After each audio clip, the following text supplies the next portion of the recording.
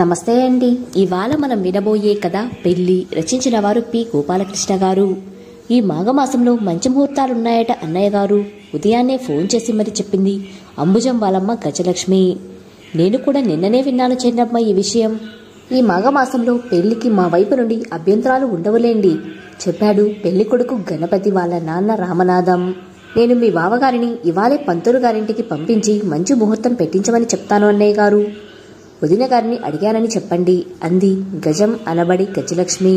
ఉదయాన్నే ఎవరండి ఫోను విసుక్కుంటూ మంచం దిగింది గణపతి వాళ్ళమ్మ అండాళ్ళు. ఒసే ఆండాలు, నెమ్మదిగా మంచం దిగవే, నీ దాటికి అది విరిగిపోయేలా ఉంది. అసలు విషయం వదిలేసి ఆమెను రాజరంతా మోస్తూ కిర్రు కిర్రుమని శబ్దం చేస్తున్న తాతల నాటి పందిరి మంచాన్ని జాలిగా చూశాడు రామనాథం. అబ్బా, అడిగిన దానికి సూటిగా జవాబు చెప్పరు కదా చుక్కుంటూని ఒక్క ఉదుటిన పందిరి మంచం మించి కిందికి దూకింది ఆండాళ్ళు. ఆమె అలా దూకడంతో మంచం కిర్రుమని శబ్దం చేస్తూ అటూ ఇటూ కొట్టుకుంది. చాలా కాలానికి కొడుకు గణపతికి అంబుజంతో పెళ్లి కుదిరిన ఆనందంలో డాక్టర్ చెప్పిన డైటింగ్ కి వీడ్కోలు చెప్పిన ఆండాళ్ళు ఈ మధ్య 10 కిలోలు బరువు పెరిగి 100 కిలోల మార్క్ దాటింది గత వారమే. మనిషి ఆకారం కొంచెం భారీగా ఉండి కుదుమట్టంగా ఉండటం వలన ఆండాళ్ళు కొంచెం పెద్దావిడిలాగా కనిపిస్తుంది. కానీ తిండి పుష్టిలో కానీ నోటిని దాటిగా వాడటంలో కానీ ఆండాళ్ళు మించిన వాళ్ళు వాళ్ళ బంధువర్గంలో లేరని అందరూ చాటుగా చెప్తూ ఉంటారు. అందుకే ఎవరూ ఆమె ముందు నోరు విప్పరు. తానంటే అందరికీ భయంతో కూడిన వినయం అనుకొని తనంత గొప్ప వ్యక్తి ఇంకొకరు లేరని అనుకుంటుంది. ఎవరండి ఫోన్ అంటే బెల్లం కొట్టిన రాయిలా మాట్లాడకుండా అలా వెళ్ళిపోతారేంటి? భర్త రామనాథం వెనకాలే పెరట్లోకి నడిచింది ఆండాళ్ళు. ఓహో, అదా మన వియ్యపురాలు లేదు, అదే గజలక్ష్మి గారు అని రామనాథం చెప్పేలోపు ఏమైంది ఆవిడకి, కొంపదీసి పోయిందా కంగారుగా అడిగింది ఆండాళ్ళు. నీ మొహం మండ, ఎప్పుడు ఎవరు పోతారా అని చూస్తూ ఉంటావటే. ఆవిడ ఆరోగ్యంగా గుండ్రాయిలా ఉంది. ఈ మాఘమాసంలో మంచి ముహూర్తాలున్నాయని ఫోన్ చేస్తే ముహూర్తం ఖాయం చేసేమని చెప్పాను అన్నాడు రామనాథం. హమ్మయ్యా, ఇన్నాళ్లకు మంచి పని చేశారు.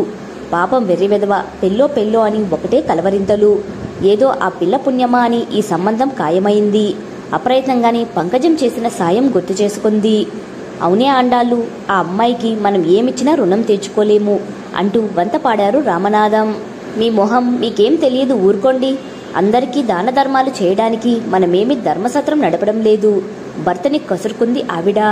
భార్య హఠాత్తుగా ఎందుకు ఉగ్రరూపం ధరించుతుందో ఎప్పటికీ అర్థం కాని రామనాథం మరో మాట మాట్లాడకుండా దంతధావనం పూర్తి కానిచ్చి భార్య కాఫీ ఎప్పుడిస్తుందా అని ఆత్రంగా ఎదురు చూస్తూ కూర్చున్నాడు.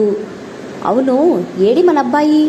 టైం 8 అయినా ఇంకా నిద్ర లేవలేదంటారా అంటూనే కొడుకు పడుకున్న బెడ్రూమ్ వైపు వెళ్ళింది ఆండాళ్ళు. బెడ్ మీద తలగడని గట్టిగా పట్టుకొని నిద్రలోనే అమ్ము ఎంత ముద్దుగున్నావే అంటూ తలగడకి ముద్దులు పెడుతూ రొమాంటిక్ గా పాట పాడుతూ ఉన్నాడు. ఆండాళ్ళు కొడుకుని చూసి వెర్రి నాగన్న అప్పుడే పెళ్ళైపోయినట్లు పెళ్ళాంతో డ్యూయట్ పాడుతున్నట్టు కళ్ళు కంటున్నాడు. నవ్వుకుంటూ బెడ్రూమ్ డోర్ దగ్గరగా వేసి వచ్చేసింది. ఆ వెంటనే డబ్ మని శబ్దం, దాంతో పాటే అమ్మోయ్ చచ్చానే అని అరుపు వినబడడంతో ఏమైందా అనుకుంటూ మళ్లీ ఆ గదిలోకి వెళ్ళింది. అప్పటికే బెడ్ మీద నుండి కింద పడిన గణపతి నేలకేసి కొట్టిన అరటిపండులా నేలకి అంటుకుపోయి ఉండిపోయాడు.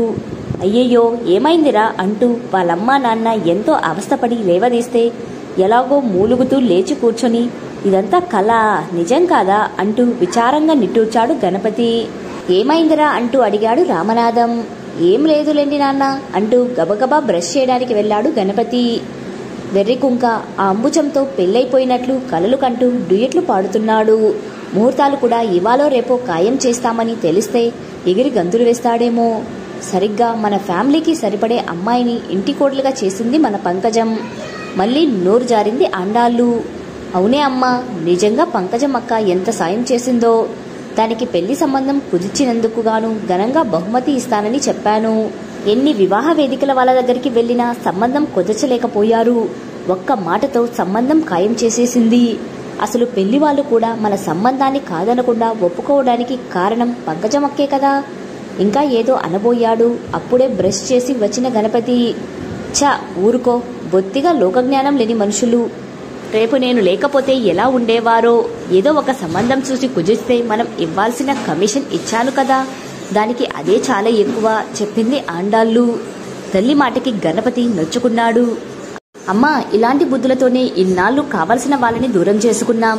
నీకు వాళ్ళు ఇష్టం లేకపోతే సంబంధం వద్దు, ఏమీ వద్దు అని చెప్పేస్తా ఇవాళే అన్నాడు.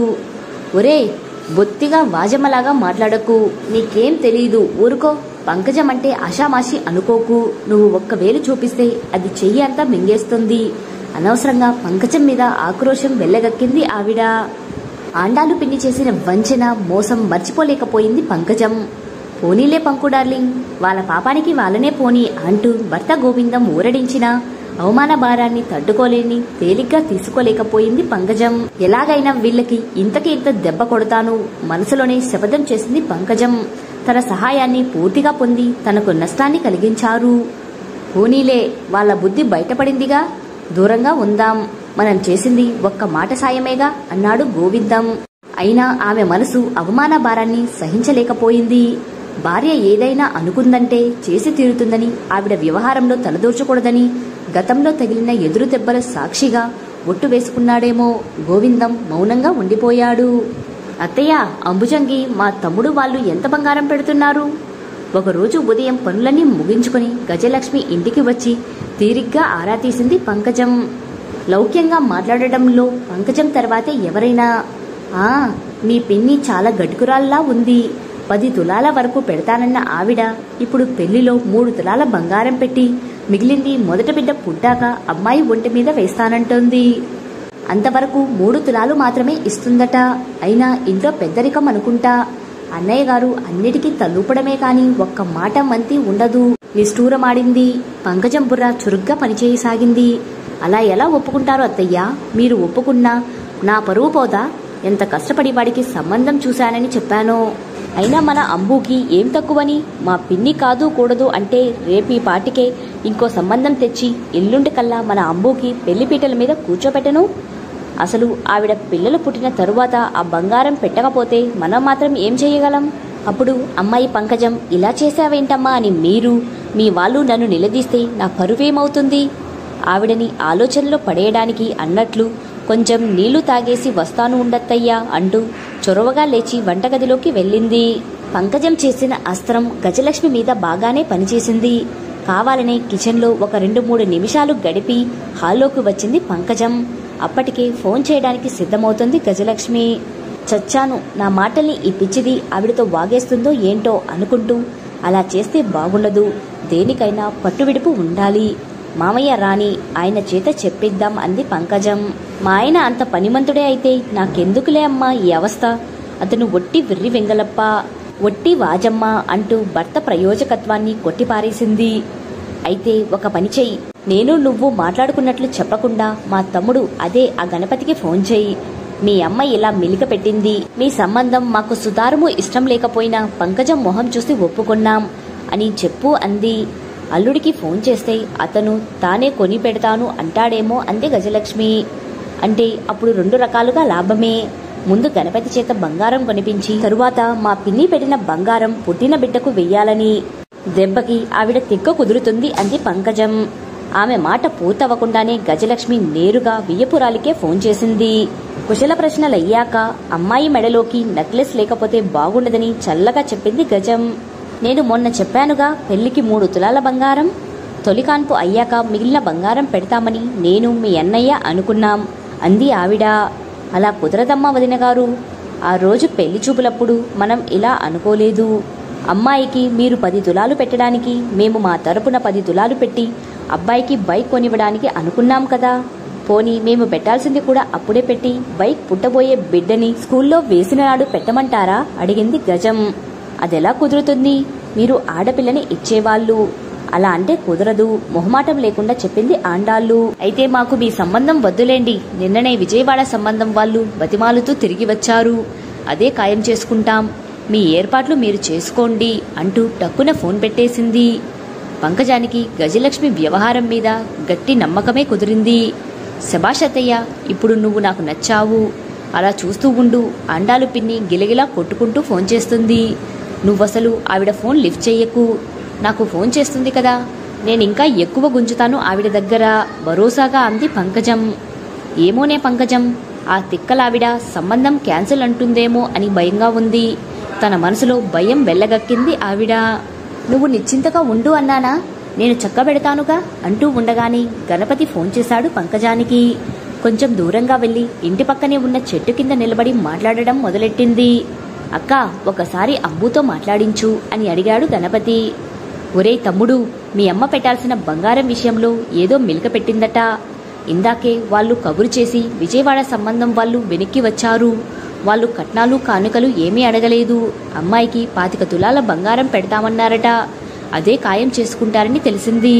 వాళ్ళంతా ఉదయాన్నే బయలుదేరి విజయవాడ వెళ్తున్నామని చెప్పారురా అంది మామూలుగా. అక్క, నీకేమైనా మతిపోయిందా ఏమిటే? వాళ్ళు అలా చెప్పి వెళ్ళిపోతూ ఉంటే నాకో మాట చెప్పాలి కదా. నిష్ఠూరంగా కాస్త నిరాశగా కంగారుగా అడిగాడు గణపతి. నాకెందుకురా తమ్ముడు, అయినా నీ పెళ్లి కుదిరిస్తే నాకు కమిషన్ ఇంకా ఆడపడుచు లాంఛనాలు ఇప్పిస్తానని మాట ఇచ్చి ముష్టి 5,000 ఇప్పించావు మీ అమ్మ చేత. నీ డబ్బు వద్దు, మీ విషయాల్లో నేను జోక్యం చేసుకోను, వద్దు ఉంటా అంటూ కాల్ కట్ చేసింది. చెట్టు కింది నుండి మళ్లీ గజలక్ష్మి ఇంటి దగ్గరికి వచ్చింది పంకజం. అప్పటికే గజలక్ష్మి టెన్షన్ పడుతుంది. ఏమైంది పంకజం అంటూ అడిగింది. ఏమీ కాలేదు. తల్లి కొడుకు డ్రామా ఆడుతున్నారు కానీ నువ్వు వాళ్ళ ఫోన్ లిఫ్ట్ చేయకు.